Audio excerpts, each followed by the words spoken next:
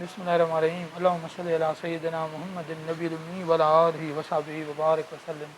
Yes, Sir Abdul Majid Kalandari. Today I am going to tell you fifth lecture of international relations.